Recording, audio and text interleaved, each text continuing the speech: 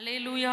மரியாள் அப்படிங்கிற ஒரு பெண், மார்த்தாள் அப்படிங்கிற ஒரு பெண், 2 பேர் சகோதரிகள். இந்த மரியாள் என்ன பண்ணலாம்? இயேசுவின் பாதத்தருகே உட்கார்ந்து அவருடைய வசனத்தை கேட்டுக் கொண்டிருந்தாள். அவ செஞ்ச ஒரே ஒரு வேலை என்ன? வசனத்தை கேட்டுக்கொண்டு இருந்தாள். அவ்வளவுதான். அவ எதை கேட்டா? வசனத்தை கேட்டுக்கிட்டு இருந்தா. அப்ப மார்த்தாள் என்ன பண்ணான்னு, பற்பல வேலைகள் செய்தாள். மரியாள் ஒரே வேலை தான் செஞ்சா. மார்த்தாள் எத்தனை வேலை செய்தாலாம்? பற்பல வேலைகள் செய்தா. நிறைய பேர் 4-5 வேலை செஞ்சுக்கிட்டே கேட்பாங்க. பயங்கர டேலண்டா. நான் கூட அப்படி எல்லாம் இருந்திருக்கேன் பாத்துக்கோங்க. நான் உண்மையை சொல்றேன். ஆனா வசனத்தை 4-5 வேலையை செஞ்சுக்கிட்டே என்ன பண்ணுவாங்களாம்? கேட்பாங்களாம். இயேசுவுக்கு சாப்பாடு போடணும், அதனால அவர் பேசுறதையும் கேட்போம், சமையலும் பண்ணுவோம். ஆனா மார்த்தா ஒரே ஒரு வேலை தான் பண்ணா. என்ன வேலை? பாதத்துல உட்கார்ந்து வசனத்தை கேட்டுக்கிட்டு. வசனத்தை கேட்கறத விட வேற எந்த வேலையும் அவ செய்யலையாம்.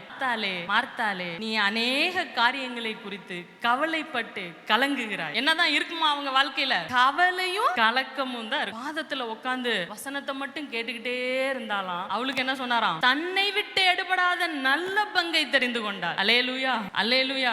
நம்ம தேவனுடைய வார்த்தையை மட்டும் கவனித்து கேட்கும் போது ஆண்டவர் என்ன பண்றாரு?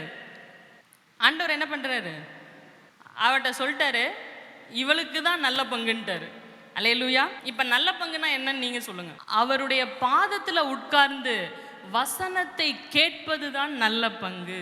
அல்லேலூயா, அல்லேலூயா. அப்ப தேவையானதும் அவசியமானதும் ஒன்றே. இங்கிலீஷ் பைபிள்ல இட் இஸ் வெரி எசென்ஷியல் அப்படின்னு சொல்லி போட்டிருக்கு. அப்ப தேவையானதும் அவசியமானதும் ஒன்றே, அது அவர் பாதமரம் அமர்ந்து அவர் வார்த்தைகளை கேட்பது. மரியாள் சரியான காரியத்தை தெரிந்து கொண்டால் அது அவளிடமிருந்து எடுக்கப்படாது என்று இயேசுவே சொல்லிவிட்டார். தேவ வார்த்தைகளை கேட்பது ஒரு நல்ல பங்கு. தேவன் பேசும்போது அவருடைய வார்த்தைகளை கேட்க முக்கியத்துவம் கொடுத்த ஒரு பெண்ணின் பேரை வேதம் பதிவு செய்து வைத்திருக்கிறது. அல்லேலூயா.